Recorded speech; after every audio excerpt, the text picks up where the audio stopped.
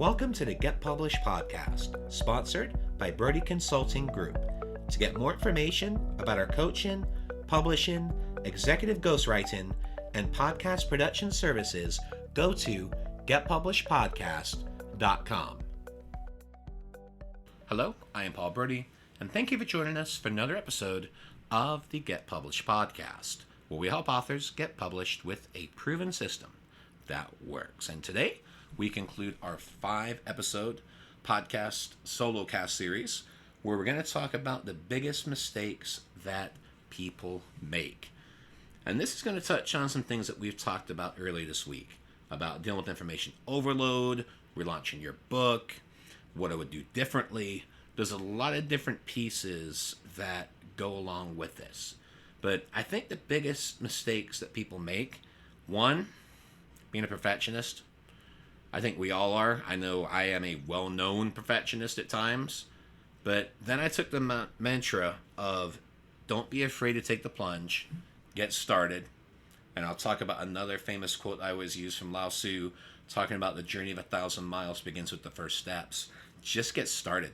Take those first steps and just begin. Start this journey. And then the other thing is done is better than perfect. So I think being a perfectionist is one of the biggest mistakes. The other thing is imposter syndrome, thinking that you're not good enough. Guys, there are millions of books out there. A lot of them are amazing. Quite frankly, a lot of them aren't so great. And the thing is, if you have something to share with the world, then you need to. Because the thing is, Amazon's not going anywhere. I have clients, they're mainly business owners, they're mainly people that want to use this for their business and their brand, but I also have people that just want to leave a legacy.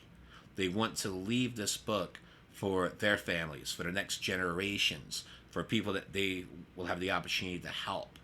And that's one of the nice things. Books do, to a certain level, help you leave your legacy and that level of immortality, because Amazon's not going anywhere. I think their last valuation was roughly in the trillions. I mean, they're not going anywhere. So why not share that journey? Why not share your story and your legacy and do those things? Because everyone has a story to share. And whether that's for your business or whether that's just to leave that legacy, then you have a golden opportunity to do so. But you have to get over that imposter syndrome. You are good enough. You do have a story to share, so get on with it. And you can do that either through typing it out in Microsoft Word, writing it down on a legal pad. I've had clients that have done both. Or my preferred method, which is utilize voice memo, record it. You need about 10 to 12 minutes of audio per chapter. Send it to a company like Rev or Otter.ai. Have it transcribed. Utilize their automated service so it's quick. And then go in there, clean it up, and guess what? You got a chapter. My latest book, which is about Virtual Summit Secrets, that book was all done through a series of podcast episodes, and then I went back and created a second edition of it because we had so much new information to add. But I was able to create the base of that book, which is book 16, by being able to just speak it out. And we did that in a series of podcast episodes that we released back in January of this year. So I think that's one of the biggest mistakes is being a perfectionist, thinking you're not good enough, because I struggle with that too. That's why my first book didn't get out for 4 years, because I had those same struggles. And trust me, as I said it many times before, if I can do it, you can do it. And the other thing is cutting out the static and just making sure that you have time to focus on this. Because I think the other mistake is there's two types of writers. There are those that write when the inspiration hits, like myself, or, as most of my clients are, they need structure. They need to be able to get the book done, but they need a structure to it. And typically in those situations, I will assign my clients a chapter a week to do over the next 10 to 12 weeks. And make it clear. You need to set an hour a day aside. And if you're commuting to work and back, then speak it out as you're driving, or take some time in the morning when you first get up, or late at night, whichever type of person you are, and just dedicate that hour. And if you can't do an hour, do half an hour, but be consistent. And the example that I gave earlier this week with this podcast series was I talked about my bike, where we're approaching now, I mean, I've lost count, but at least 130, 140 days in a row. And the reason why that has worked out, where I've exercised on my bike 15 minutes every single day, because obviously we're in a pandemic, things are getting a little stressful. I'm basically in a bubble, so to protect family members that are pretty much at high risk, and if they get COVID, they may not make it. So I'm in a situation where I'm in a bubble. Unfortunately, work-wise, I work virtually, so that works out fine. But the thing is, I needed to create a habit. And my habit was getting on that bike, exercising as strong as I can for 15 minutes every day.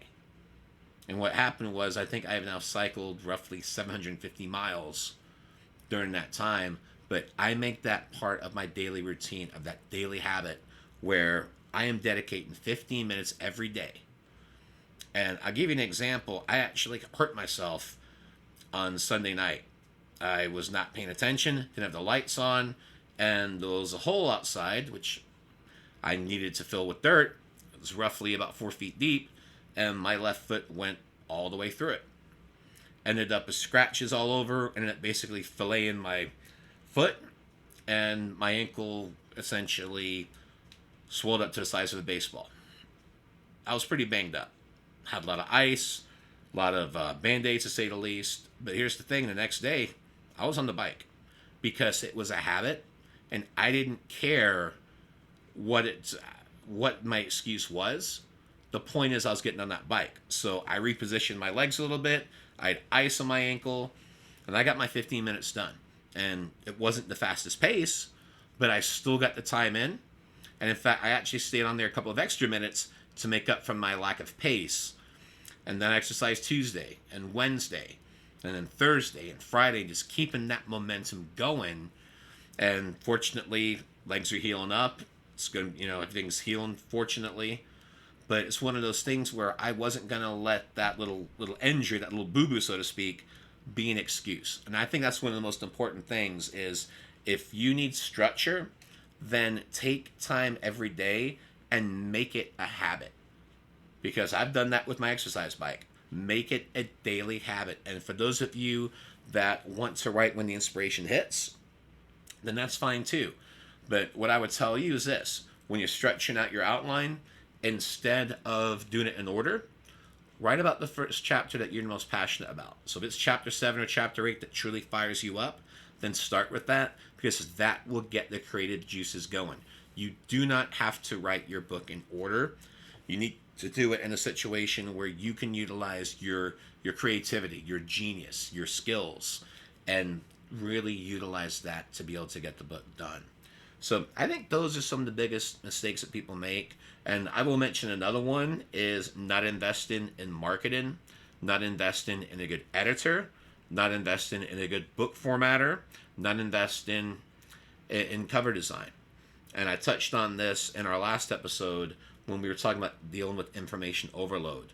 When you're starting out, you need to build a core. And if you're going to do this journey yourself, which again, that is your decision. If you want to work at a hybrid publisher like my business or others, you may want to explore that, especially if you're utilizing this for your business.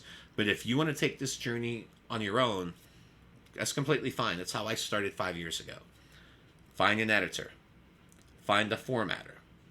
Find a book cover designer. You can find these guys on Fiverr. You can find them on Upwork. Those are typically the two sites that I recommend if you want to do this yourself. Marketing. Make sure that you've got that Kindle version of your book for 5 days for free, and then for several days for 99 cents after that. Make sure you have the book in Kindle and paperback.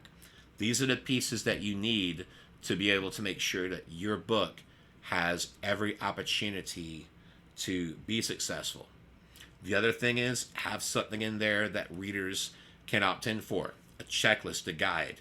Utilize a company like Lead Pages, or have some sort of WordPress option plugin put on your website where people can connect with you and you start building your email list. That's another big mistake. Make sure that you are building your email list immediately, because it takes a while to build it up.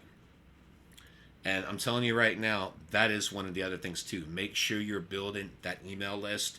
Give them a PDF checklist, a guide, an audiobook, whatever you feel is going to work. Then utilize that and give it away. For my first book, I gave away my second book, which is Motivation 101, in the first book, which is Eat Less and Move More. And that's what we did to build up our first several hundred subscribers. Then we kept going. Communication rhythm. You need to be communicating with your list at least once a week. And I know I'm recapping some things that I've talked about earlier this week. But the thing is, we talk about the biggest mistakes that people make. I want to touch on those to make sure that you have every opportunity to be successful with your book. Utilize paid advertising. Make sure that you're researching categories. You want your book to be in competitive categories and not so competitive categories. So make sure that you utilize that. Invest in marketing. Invest in a great editor. Invest in book formatter. Invest in cover designer. Because those are some of the best investments that you can make. Because don't forget, your book will be judged by the cover. It'll also be judged by the quality inside. And when you have a great editor, formatter, book cover designer, those pieces are all connected. And that way you can ensure that you have great success. But the other big mistake is that people just don't get started. I already talked about Lao Tzu, the journey of 1,000 miles begins with the first steps. That is an issue. So just get started. Just get started. Because there are people that are doers and there's people that are talkers. And at the end of the day, you got to figure out which one you are. Because I used to post goals in my Facebook group every week. And I stopped doing it because after a year and a half of doing that, we had the same people talk about all these grand plans. And guess what? A year and a half later, now some of those people did get things done, but there are others in there, they're just posting about the same thing. Nothing changed. So again, you have the doers and you have the talkers. And I feel that every single person can be a doer on that. You just have to trust the process, not be afraid to take the plunge, realizing done is better than perfect, and just share your story. Because everyone has an amazing story to share, and I know that you can as well. So this concludes our 5-episode Solocast series. We'll be back to our regular shows next week. And as always, I wish you all the best in your author journey ahead. Thanks again for joining us today.